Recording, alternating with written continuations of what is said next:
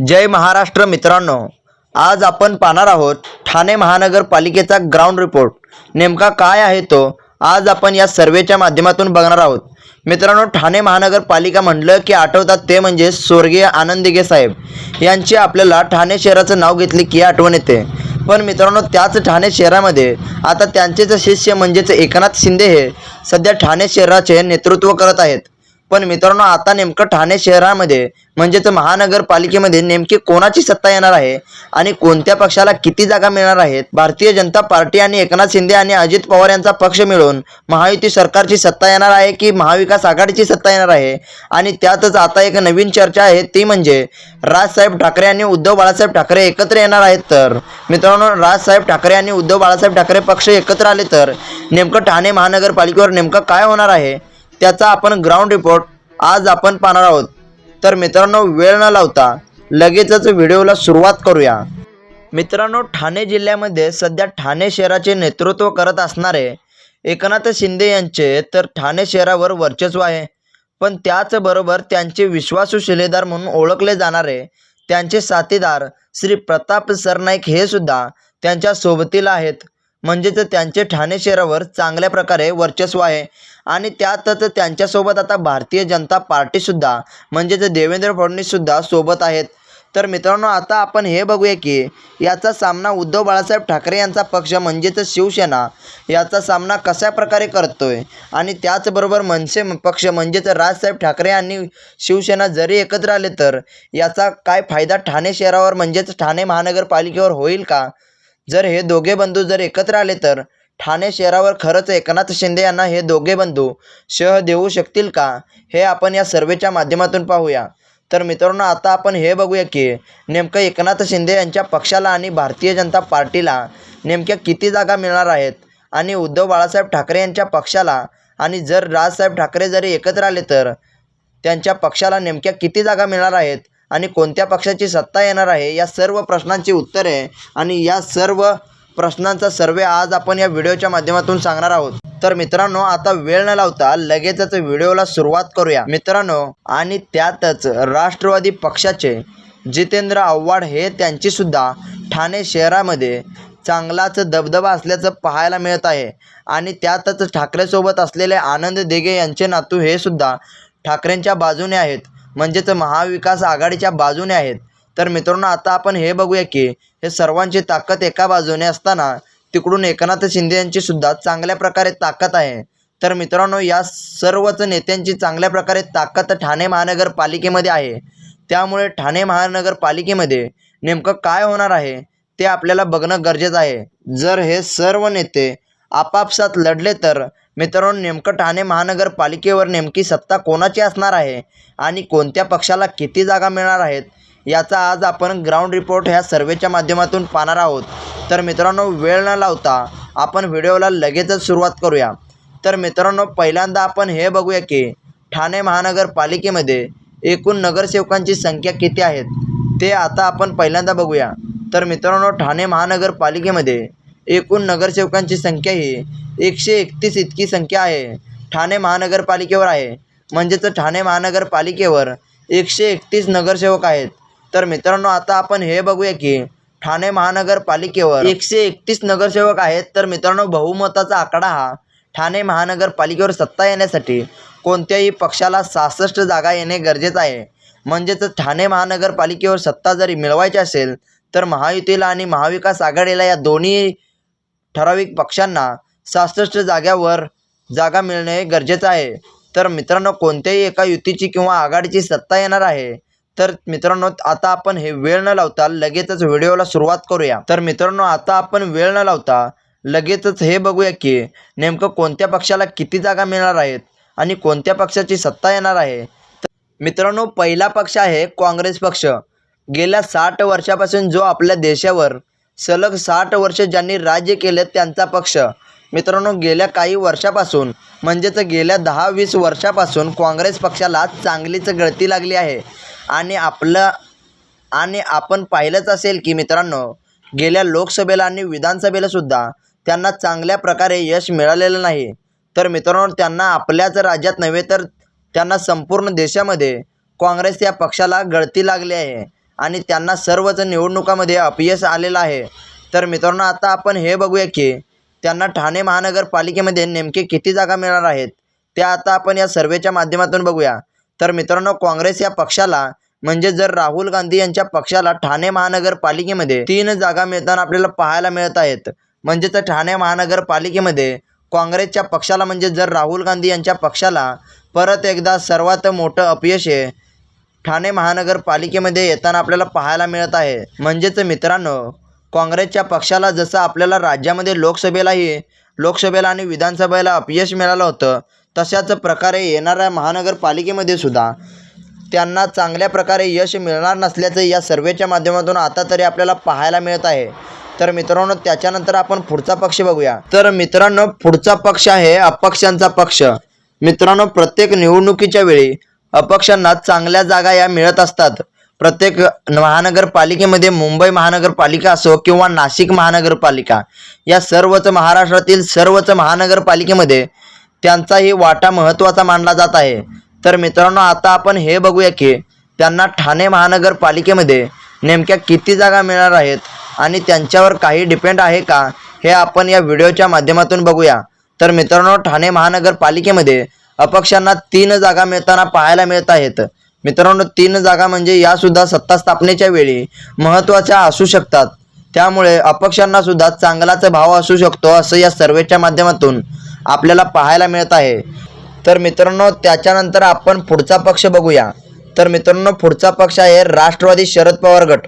मित्रांनो शरद पवार गटाची सुद्धा ठाणे महानगरपालिकेमध्ये जितेंद्र आव्हाड यांच्या नेतृत्वामध्ये चांगल्या प्रकारे दबदबा असल्याचं आपल्याला पाहायला मिळत आहे। तर मित्रांनो आता आपण हे बघूया की त्यांचं ठाणे महानगरपालिकेवर दबदबा असल्याचं बोललं जात आहे। तर मित्रांनो आता आपण हे बघूया की त्यांना ठाणे महानगरपालिके म्हणजेच शरद पवार यांच्या पक्षाला ठाणे महानगरपालिकेमध्ये नेमक्या किती जागा मिळणार आहेत, त्या आता आपण या सर्वेच्या माध्यमातून बघूया। त्यांच्या पक्षाला तर राष्ट्रवादी शरद पवार गटाला ठाणे महानगरपालिकेमध्ये 7 जागा मिळताना आपल्याला पाहायला मिळत आहेत। म्हणजेच ठाणे महानगरपालिकेमध्ये शरद पवार यांच्या पक्षाला सर्वात मोठा तोटा हा ठाणे महानगरपालिकेमध्ये बसताना आपल्याला पाहायला मिळत आहे। त्याच्या मागचं कारण असं म्हटलं जात आहे की पक्षफुटीचा तोटा त्यांना मोठा फटका बसला असल्याचं बोललं जात आहे। तर मित्रांनो त्याच्यानंतर आता आपण पुढचा पक्ष बघूया। तर मित्रांनो पुढचा पक्ष आहे राजसाहेब ठाकरे यांचा पक्ष।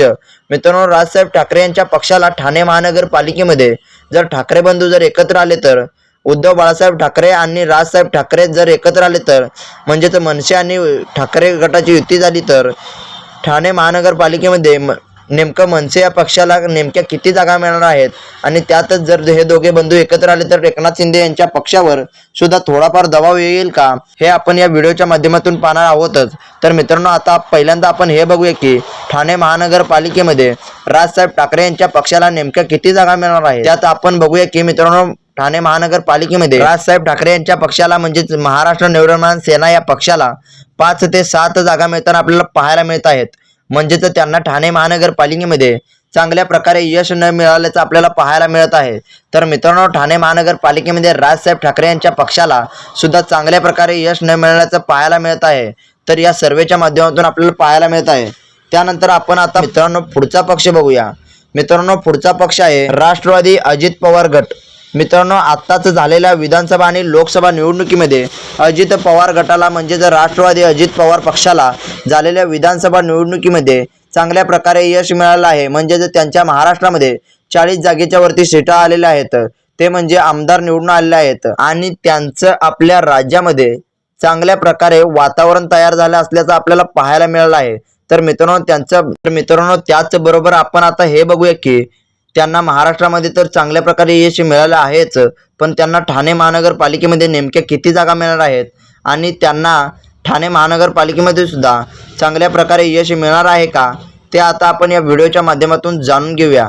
तर मित्रांनो ठाणे महानगरपालिकेमध्ये राष्ट्रवादी अजित पवार गटाला म्हणजेच अजित पवार यांच्या पक्षाला 6 ते 7 जागा ह्या अजित पवार यांच्या पक्षाला मिळताना आपल्याला पाहायला मिळत आहेत। म्हणजेच त्यांना सुद्धा ठाणे महानगरपालिकेमध्ये त्यांचे यश म्हणजे चांगल्या प्रकारे यश हे त्यांना 6 ते 7 जागा म्हणजे चांगल्या प्रकारे जागा मिळताना आपल्याला पाहायला मिळत आहेत. कारण मित्रांनो ठाणे महानगरपालिकेमध्ये अजित पवार यांचे वर्चस्व नसताना सुद्धा त्यांना 6 ते 7 जागा म्हणजे चांगल्या प्रकारे जागा मिळताना आपल्याला पाहायला मिळत आहे. तर मित्रांनो त्यांच्यानंतर पुढचा पक्ष बघूया. मित्रांनो पुढचा पक्ष आहे भारतीय जनता पार्टी. मित्रांनो पुढचा पक्ष आहे भारतीय जनता पक्ष. तर मित्रांनो आता आपण हे बघूया की भारतीय जनता पार्टीला म्हणजे जे देवेंद्र फडणवीस यांच्या पक्षाला ठाणे महानगरपालिकेमध्ये नेमक्या किती जागा मिळणार आहेत. मित्रांनो आत्ताच झालेल्या विधानसभा निवडणुकीमध्ये भारतीय जनता पार्टीला चांगल्या प्रकारे यश मिळालं आहे. म्हणजेच 120 प्लस जागा या महाराष्ट्रामध्ये निवडून आलेल्या आहेत. म्हणजेच 120च्या वर आमदार हे महाराष्ट्रामध्ये भारतीय जनता पार्टीचे निवडून आलेले आहेत. तर मित्रांनो आता आपण हे बघूया की त्यांना महाराष्ट्रामध्ये तर चांगल्या प्रकारे यश मिळालं आहेच आणि ते स्वतः मुख्यमंत्री सुद्धा आहेत. पण मित्रांनो त्यांचं ठाणे महानगरपालिकेमध्ये एकनाथ शिंदे यांच्या सोबतीनं त्यांना ठाणे महानगरपालिकेमध्ये नेमक्या किती जागा मिळणार आहेत त्या आता आपण या सर्वेच्या माध्यमातून बघूया. तर मित्रांनो ठाणे महानगरपालिकेमध्ये एकनाथ शिंदे यांच्या सोबतीनं देवेंद्र फडणवीस यांच्या पक्षाला 29 जागा या ठाणे महानगरपालिकेमध्ये देवेंद्र फडणवीस यांच्या पक्षाला मिळताना पाहायला मिळत आहेत. तर मित्रांनो 29 जागा म्हणजे चांगल्या प्रकारे जागा या त्यांना ठाणे महानगरपालिकेमध्ये मिळालेल्या आपल्याला पाहायला मिळत आहेत. तर मित्रांनो भारतीय जनता पार्टीला तर चांगल्या प्रकारे यश मिळालं असल्याचं आपण बघितलं आहेच. पण मित्रांनो त्यांच्या सोबतीचे एकनाथ शिंदे यांच्या पक्षाला नेमक्या किती जागा मिळाल्या आहेत आणि त्यांचे कट्टर विरोधक असलेले म्हणजेच एकनाथ शिंदे यांनी देवेंद्र फडणवीस यांचे विरोधक असलेले ठाकरे गटाला नेमक्या किती जागा मिळणार आहेत ते आता आपण या सर्वेच्या माध्यमातून बघूया. तर मित्रांनो याचा पुढचा पक्ष आहे तो म्हणजे उद्धव बाळासाहेब ठाकरे यांचा पक्ष.